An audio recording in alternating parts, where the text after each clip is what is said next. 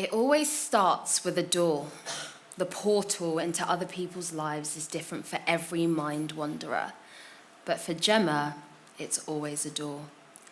Right now, she's in a circular room with 12 doors leading off it, all equally spaced.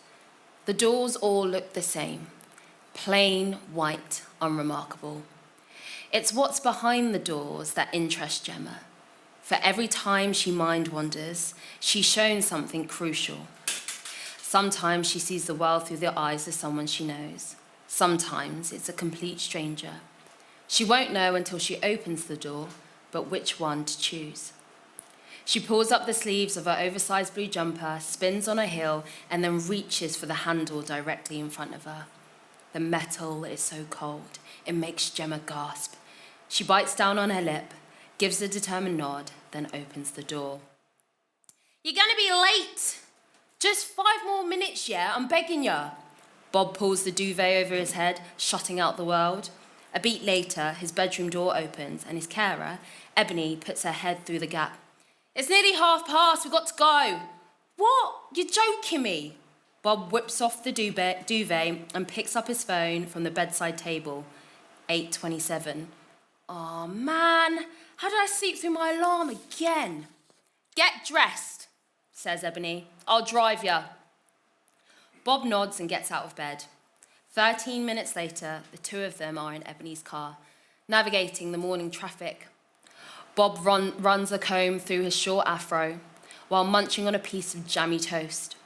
Once he finished eating, he twists the knob of the car radio, scanning through different stations before giving up and switching it off. "Oh, why don't they play anything decent in the mornings?" he says. "Well, it depends on your definition of decent, I guess," says Ebony. She drums her fingers on the steering wheel. "Well, maybe they'll be playing your songs one day." She glances over at him and smiles. Bob replies with a non-committal shrug. Songwriting is just something he does for fun. He's not expecting it to lead to anything. Ebony pulls the car up to the corner where she usually drops him off. "Have a good one," she says. "Thanks," says Bob. He gets out the car and shuts the door behind him. He gives a little wave as Ebony pulls off, then he heads down the road towards Jalisa College. 7:09. Only a couple of minutes after the bell. If he smiles sweetly at Miss Adeyemi, he can probably get away with not being marked down as late. He turns the corner towards the main school entrance, but then stops in his tracks. What the? Something is wrong. Very wrong. He blinks, then scratches his head, thinking he must be imagining it. But no, there's no denying it. His school, the entire building, has completely disappeared. How is that even possible? He creeps towards where the front door should be, but there's nothing but gravel and the sports field in the distance. Bob lets out a nervous laugh. Even though nothing about this situation is funny, he glances around him, his heart in his throat. The whole site is eerily quiet. Where are all the other pupils? Where are his teachers? Bob creeps around the side of the school, looking at the empty space from all angles. He keeps shaking his head in disbelief. Then he notices something. The space where the building used to be looks like it's shimmering. Yeah, he's convinced of it now. The air has a soft glow, glimmering pink and gold in the light of the morning of the sun. It's almost as if he steps closer, his hand outstretched until his fingers meet something solid. He pats the surface with both palms, feeling the rough bricks of the school's wall. The building hasn't disappeared. It's been turned invisible. Bob's phone starts to ring. He slips it out of his pocket and checks the display. Ebony. He slides his thumb across the screen to answer it. "Oh, you're not going to believe." "Are you all right?" Ebony cuts him off. "Something really strange is going on?" "Oh, no kidding." He reaches out again and strokes his fingers along the invisible wall. "Well, things aren't there anymore. Like, gone. They've just gone. Ebony sounds panicked, the words tumbling over themselves in their haste to get out. Well, first I just thought I was imagining it, but you know Rav's Cafe on the high street? I drove past it and it just wasn't there. Then other things started disappearing too. Lampposts, traffic lights, street signs. I just pulled into our driveway and, Bob, our neighbour's house has disappeared. Well, I don't think it's disappeared, says Bob. It's just invisible. The same thing happened to my school. There's a pause while Ebony digests this new information. You should come home, she says. Straight away. I'd offer to pick you up, but the roads are crazy right now. It's fine. I'll walk, says Bob. All right, see you soon. And be careful, okay? Of course. Bob hangs up the phone and is about to leave the school site when someone comes running towards him. Bob, thank God you're here. It's his best friend, Eliana.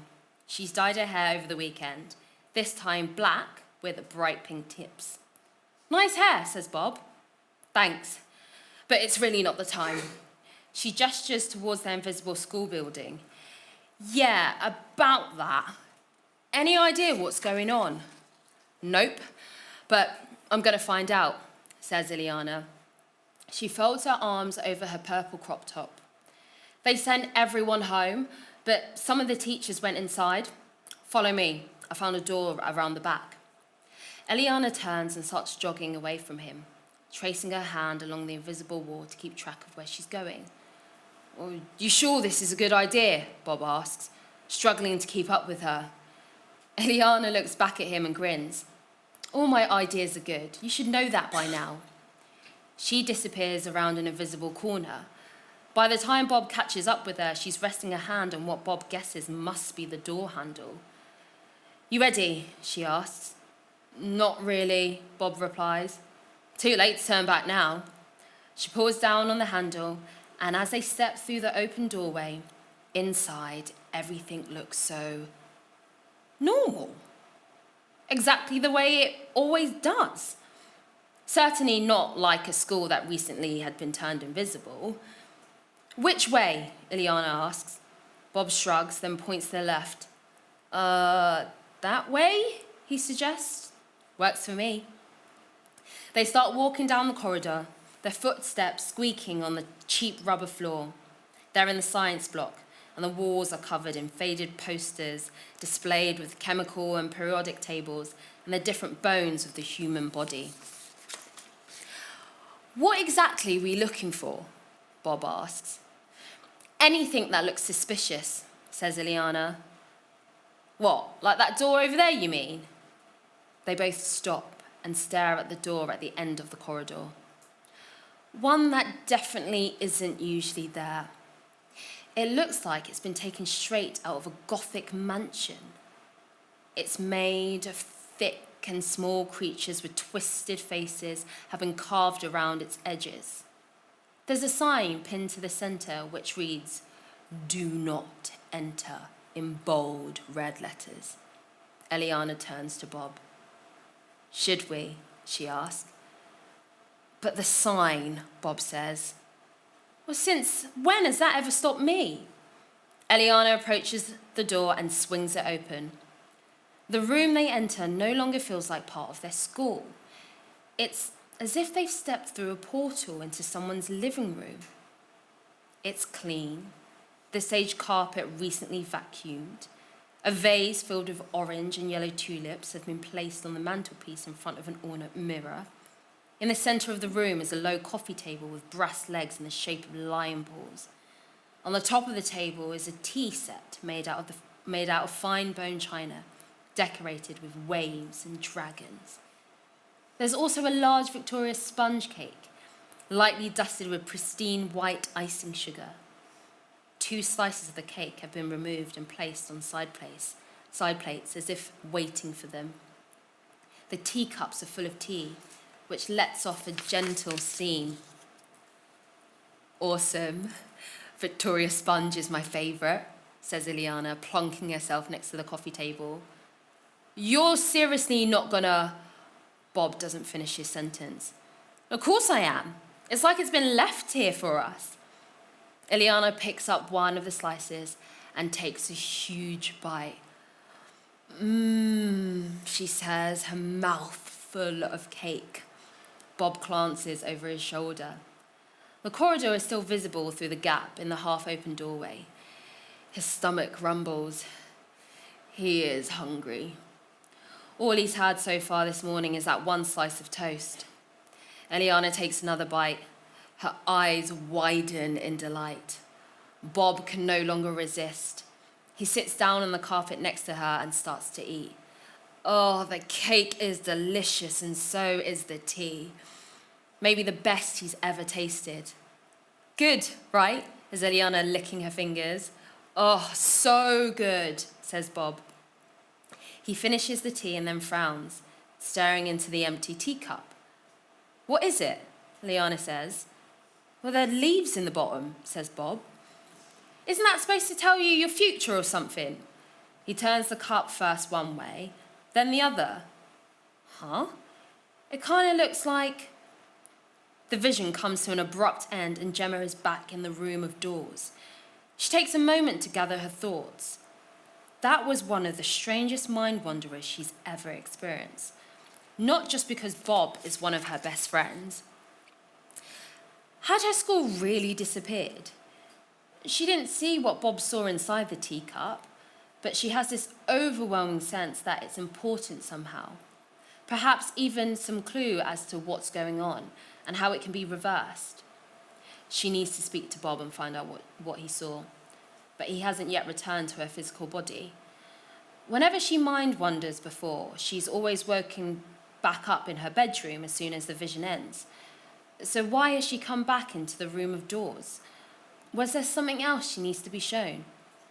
Suddenly, a godlike voice booms throughout the room. Pick your colour and decorate the door, it commands. A voice, yet also assuring, almost comforting somehow. Gemma's instinct is to obey. But how can she decorate a door without 4 pots of paint appear at her feet? Red, blue, yellow, and green. Gemma has learnt not to be fazed by sudden appearances of things when her mind wanders. There's no paintbrush, however, so she uses her hands, scooping out the paint and splashing it all over the doors with brazen strokes. She alternates between 4 colours, mixing them together in swirly smears. The paint is as thick as plastine and sticks to her fingers. The precise moment, every inch of the door is covered in paint. The door swing opens and Gemma is sucked inside. Gemma immediately knows where she is and her heart starts to race. This shouldn't be possible. She always thought mind wanderers could only enter the mind of someone in the present. Yet the room she now finds herself in is definitely from the past. From her past. She stood in the bedroom of her 15-year-old self. Drab blue walls, a small unmade bed with a grubby duvet cover and mismatching pillowcases, and the old desk with the broken leg. It's not a room of happy memories. All her childhood fears and anxieties come flooding back. She's finding it hard to breathe. All she wants to do is leave. But the door she travels through now is locked. Something rattles against the open window. It's the branches of her next-door neighbour's apple tree. Ripe, green apples hanging from the branches, so bright they're almost neon. Gemma stumbles towards the creaky office chair in the middle of the room. It's the only item of furniture she ever liked. She sits on it, closes her eyes, and then starts to spin around in circles, the same way she did whenever she felt anxious as a child. She counts the rotations. 1, 2, 3, 4. As soon as the chair completes its 100th spin, Gemma instantly, brutally wakes up. Her forehead is hot and covered in beads of sweat. The tips of her fingers are icy cold. Her body temperature is always a little off-kilter whenever she wakes up from a mind wanderer, but today is particularly bad. She's back in her bedroom, her current bedroom, not the one from her childhood. She takes the towel from the radiator next to her bed and dabs her forehead. The clock on her bedside table flashes 10:31. That was one of the strangest mind wanderers she's experienced. First Bob and the disappearing buildings, and then the memory from her childhood. What did it mean? She stumbles to the window, still a little dazed, and pulls open the curtains. The first thing she sees, or rather doesn't see, is the block of flats opposite her house. It's been turned invisible, just like her school. She grabs her phone and messages the group chat with Bob and Eliana. "Can you guys come over? Need to speak to you ASAP." Bob's reply comes through almost straight away. "On our way." Less than 10 minutes later, there's a knock on her front door. She opens it to find Bob and Eliana, both with concerned looks on their faces. "Oh, I am glad to see you two," says Gemma. "The world's gone crazy," says Eliana. Gemma invites them in and tells them about her mind wander. "I'm still trying to work it all out," she says. "I can't stop thinking that whatever you saw at the bottom of the teacup is important somehow, but I was dragged away before I had a chance to see what it was." "It's so weird that you were kind of there with us," says Bob. "I know," says Gemma. "It feels like I was spying on you. Sorry, I don't have any control over what I see." "Hey, no stressing. If it helps us get to the bottom of all of this, I'm all for it," says Bob. "So, what exactly did you see?" Gemma asks. "There was this pattern in the leaves, but it wasn't clear," says Bob. "It kind of looked like a table, but it only had 3.5 legs." "Oh," Gemma says. "What is it?" Eliana asks.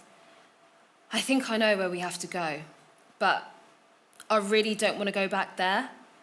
"Where?" asked Bob. "My childhood bedroom. I think you saw my old desk. One of its legs was broken. It's the room I was in earlier, but, well, I got overwhelmed and had to leave." "Well, what if we came with you?" Eliana asked. "Yeah," says Bob. Then he scrunches up his face. "Is that something we can do?" Gemma chews her bottom lip. "Well, I've never taken anyone with me before, but I've heard it's possible." "Well, then let's try it," says Eliana. Gemma nods, then goes into her kitchen and makes a pot of tea. Once it's brewed for exactly 7 minutes, she pours it into 3 mugs, then leads Bob and Eliana up to her room. "Drink this," she says, handing each of them a mug. "What is it?" asks Eliana, sniffing the suspicious liquid. "It's a mixture of herbs that helps you mind wander," says Gemma. "Tastes gross, but it should let you join me." She necks the drink, letting the familiar mix of passion flower flow down her throat. The others do the same. Then the 3 of them sit cross-legged on Gemma's bedroom floor, holding hands. "Close your eyes and try to empty your mind," says Gemma. "In theory, if I go and we're holding hands, you should come with me." She takes 7 deep breaths. Imagine a flickering candle in her mind's eye. On the 7th breath, the flame goes out, and then Gemma finds herself once again in front of a door. This time, it's the front of the door of her childhood home. It's dark. The midnight sky suffocated by sinister clouds. The sight of the door is enough to make her heart race. But then Eliana squeezes her hand. Bob is on the other side of Gemma and places a reassuring hand on her shoulder. "It worked," says Eliana with a massive grin on her face. "We're here." Her smile soon disappears at the sound of screams of horror in the distance. The screams rouse hundreds of pieces of paper which rise up from the ground and float around the house, carried by a hostile wind. "Oh, creepy," says Bob. Gemma takes a step towards the house. But then something comes crashing through her bedroom window, landing on the driveway beside them. It's her old chair. It's the one she used to spin around on to calm herself down.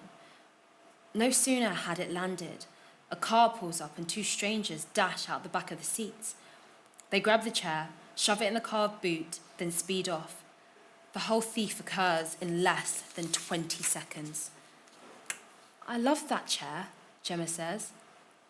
She shakes her head. Let's get this done.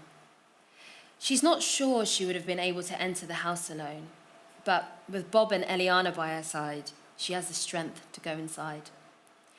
They cross the threshold and start walking up the stairs towards her bedroom. But then a deafening smash as the upstairs window shatters. The sheets of paper from outside are blown in, their edges as sharp as blades, slicing the wallpaper and slashing the banisters. Take cover, Gemma says. They race back down the stairs and cower beneath the hallway table. Above them, the wind continues to howl. Oh, how are we going to get up there now, says Eliana. I've got an idea, says Bob. He stands up and positions himself at the bottom of the stairs, dodging sheets of paper that whiz past his side. He clears his throat, shakes his arms, then opens his mouth and begins to sing. His voice is beautiful, hypnotic. He improvises a song, telling the tale of a man with the power to quell the winds. Gemma and Eliana's jaws drop in surprise, both at Bob's uncharacteristic bravery and the fact that it seems to be working. As soon as he finishes the song, the wind stops and the sheets of paper fall harmlessly to the floor. That was amazing, says Gemma. How did you know that would work? Eliana asks. Bob shrugs. Just a hunch. Well, let's go while the path is clear. They trample all over the paper that litters the stairs and make it to the upper floor. Gemma pauses outside her bedroom while she gathers her strength. Once again, her friends place their hands on her shoulders for support. Gemma takes one breath and steps inside. The sight of her old room brings another rush of anxiety, but this time with her friends beside her. The feelings don't overwhelm her. She strides into the room and walks straight to the broken desk. That's it, says Eliana. The desk we saw in the leaves. Which means whatever we're looking for must be in this drawer, she says. The drawer slides open with ease. Gemma expects it to be full, as it used to be, crammed with battered textbooks, old rubbers, and pens that no longer work. But the drawer is almost empty. There's only one item inside, a red leather-bound book, its edges sprayed with gold. The three of them instinctively lay their hands on the book, and the moment they do, the book shines so bright, all they can see is a blinding yellow light. They blink and the light's dimmer. They're back in the present, returned to their bodies, sat cross-legged on Gemma's floor. Their hands are still holding the book, which is now emitting a pillar of light that shoots straight through the roof like a beacon. There's a loud crack, as if the neighbourhood has snapped in two.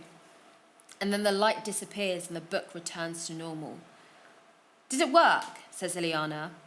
Gemma rushes to the window and looks outside. The apartment block opposite her has returned. I think it did, she says. Bob's phone pings. It's Ebony, says Bob, holding up his phone to show them the text. Apparently our school's visible again.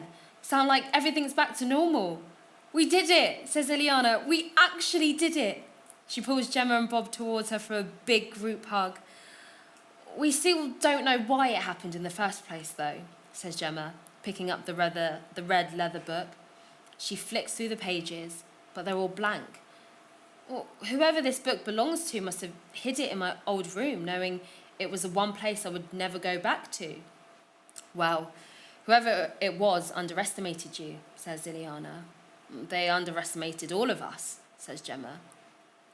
Anyone up for a breakfast at Rav's? Bob suggests Bob. I'm starving. Oh, you're always starving, Eliana laughs. Sounds like a plan to me, says Gemma. The three of them go downstairs and head outside.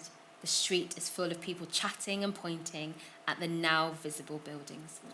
Gemma, Bob, and Ileana walk past them in the direction of Rav's cafe. They might not have found out who turned everything invisible or why, but right now, that doesn't matter. The sun is shining, they have each other, and breakfast is waiting for them.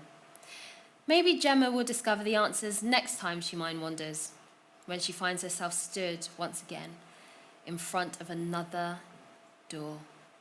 The end.